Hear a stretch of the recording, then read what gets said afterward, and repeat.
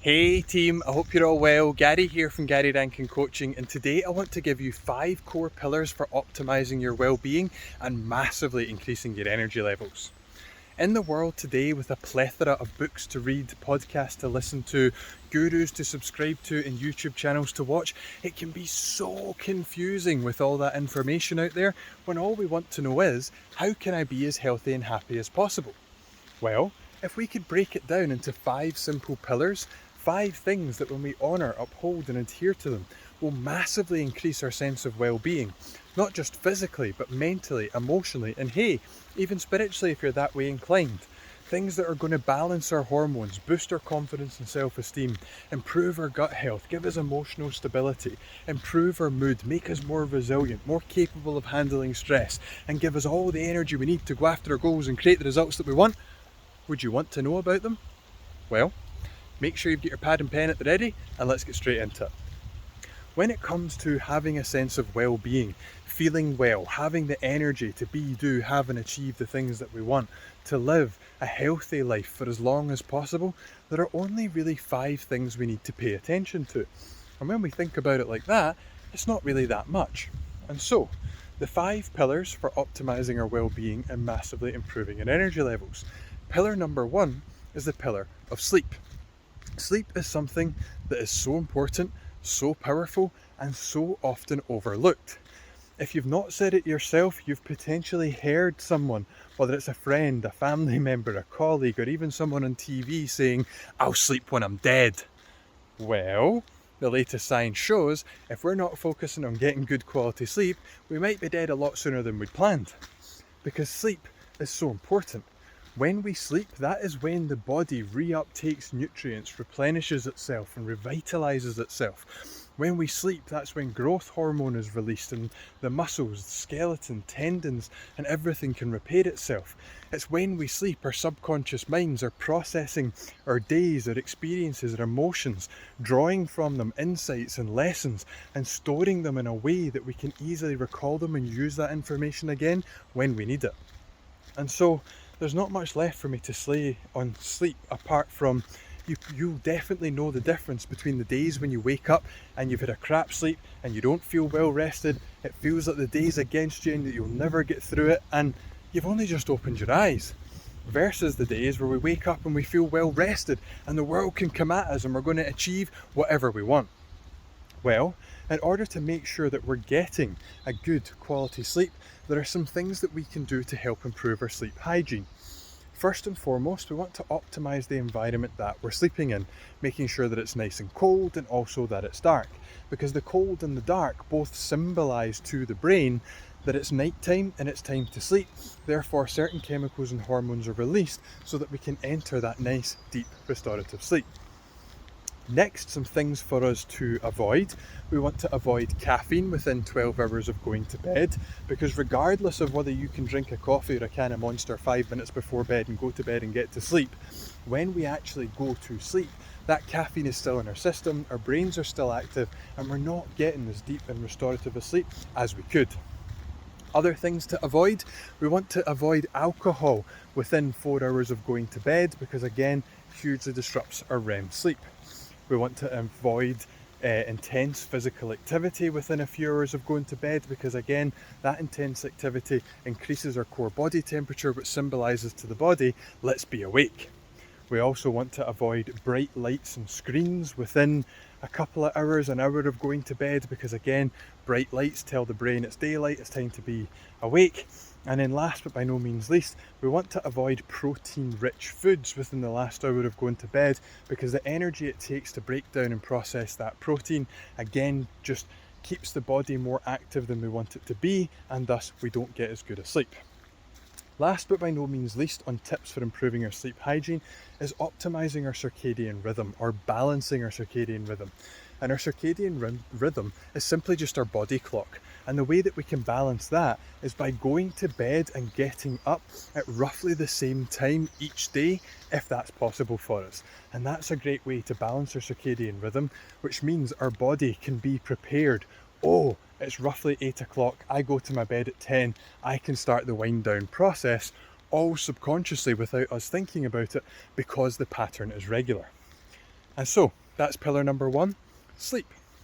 Pillar number 2 is sunlight exposure, which, if like me, you live somewhere like Scotland that is cold and dark and grey a lot of the time, then definitely deficient in vitamin D, and also can notice it.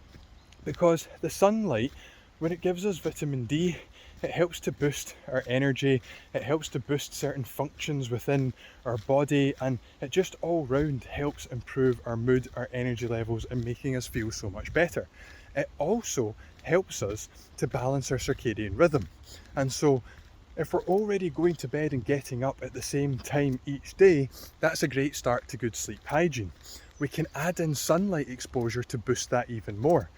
By going outside as early as we possibly can when we first wake up to get some bright morning sunlight into our eyes for a good 10-15 minutes, that helps to signal to the brain that it is morning time, this is the time to be awake, it's the time to start clearing out sleep chemicals and hormones, and the time to start spiking wakefulness hormones. And so getting that sunlight first thing in the day is a powerful thing. But as well as that, getting out during the day for regular breaks to expose as much of our skin as possible to the sunlight is also hugely powerful for giving us that boost. It also lets the brain know, hey, we're now in the middle of the day or the middle of the afternoon, because our brain can tell the difference between the different waves of light that we're receiving. And then if we can get out again around or just after dinner time or whatever, again our brain sees the different waves of light, and it just keeps that circadian rhythm ticking over nice and healthy, whilst giving us the vitamin D, whilst boosting our mood, boosting our energy levels, and all those other important things. Pillar number 3 is the pillar of nutrition. And when I say nutrition, we're talking about what we eat and what we drink in this instance, and making sure that we're eating good, whole, healthy foods that are giving us the macro and micronutrients that we need in order to meet our body's physical needs for our health and well-being journey, for our fitness demands, but also our basic needs to balance our hormones, keep our gut health in good check, and all round just feel amazing. And so some tips for our diet and nutrition. Number 1, track how much water you're drinking, because what gets measured gets improved, and if we measure how much water we're drinking, we can keep a track of it and make sure we're well hydrated. And the better hydrated we are, the better our moods, the better our brain functions, and so much more.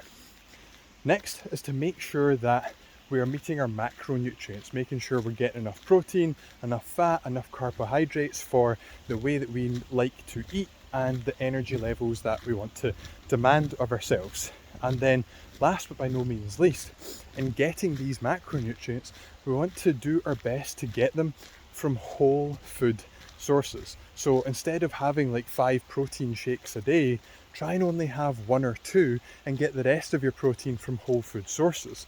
Instead of eating refined, sugary carbohydrates, eat some good complex carbohydrates like sweet potatoes, and make sure that we're getting the nutrients that we want from good, whole, healthy foods, because nature has given us everything we need in the things it's already given us. Pillar number 4 is the pillar of movement. And movement is so important because at the end of the day, we are animals. We might call ourselves human beings, we might walk on 2 legs, and we might keep animals as pets or in cages, but at the end of the day, we are part of nature. We are part of the animal kingdom, and we are meant to move. When it comes to warding off the 4 biggest killers in our society, metabolic disease, heart disease, cancer, neurodegenerative disease, when it comes to warding off all 4 of these things, exercise and movement is king. When it comes to improving our brain health and our mental health, exercise is huge. And so when it comes to movement, we want to make sure not just that we are on a health and fitness program and that we're going to the gym or going running or yoga, Pilates, however we like to exercise, we just want to make sure that we also move consistently throughout our days. So some tips for that: if you can, when you wake up in the morning, just go out and go a nice wee walk around the block to help wake yourself up. Throughout the day, take regular 5-minute breaks to go for a wee walk, get away from the desk or whatever you're doing, because not only will that get the blood flow going and give you the benefit of the movement, That walking away from whatever you're doing and the physical walking increases blood flow to the brain, improves creativity, and can make us all the more productive at work. And then last but by no means least is just to incorporate movement into our lifestyles, where maybe we take the stairs instead of taking the elevator. Maybe when we pick our wee one up to talk to them like I do, get 5 air squats in while holding, a 10 kilogram kettlebells as I call her. And that's just some tips to incorporate more movement into our lifestyles so that we're consistently moving, consistently keeping that metabolism and things active, and all round improving our health. And then last but by no means least, pillar number 5 is the pillar of socialization. We are social creatures. Even those of us who are introverts, we are still social creatures. We do not live or exist in isolation. At some point in time, someone gave birth to us, and so we are meant to be around other people. And when we feel that we have good social connections, strong, intimate connections, good support systems for ourselves, our lives, and our goals, we just feel all round much healthier, happier, greater sense of well-being, more resilient, and just more connected to the world. This is why when scientists started looking at people who eat the Mediterranean diet and why they tend to live much more closely to 100 than other people, it wasn't just the foods that these people were eating, they also lived active lifestyles. There's pillar 4, movement. And also, when they were eating the foods that they were eating during the Mediterranean diet, quite often they sat down and shared these meals with friends and family. And so, whether you each day say to yourself, whose day could I make today, and text a friend, a family, a loved one, just a nice message of appreciation, or just asking how they're doing.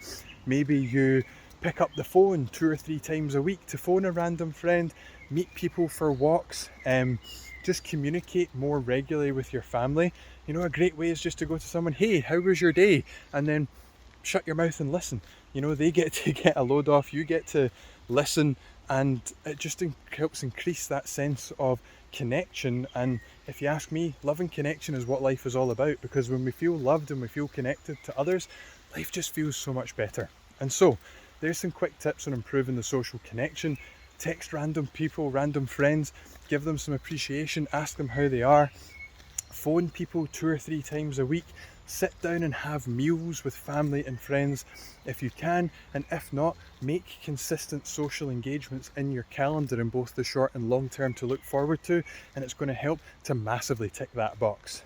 And so these are our 5 core pillars for optimizing our well-being. We have sleep, sunlight exposure, nutrition, movement, and socialization. And so if we look at these 5 things, not just individually, but collectively, each thing affects each thing, and the whole of them all contribute to our health and well-being. We can start to put habits and things in place that maybe tick a few boxes at once, and hey, maybe there's one area that's lagging behind that could really use our focus, and there's some other areas that naturally we're excelling in.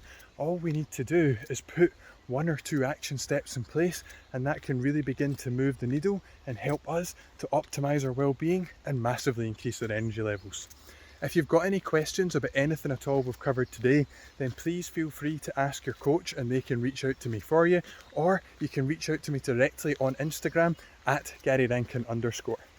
Until next time, go away, have a think about the 5 pillars and which one of the ones you would like to go and take action on now. Take care, take action, and I'll see you real soon. Peace.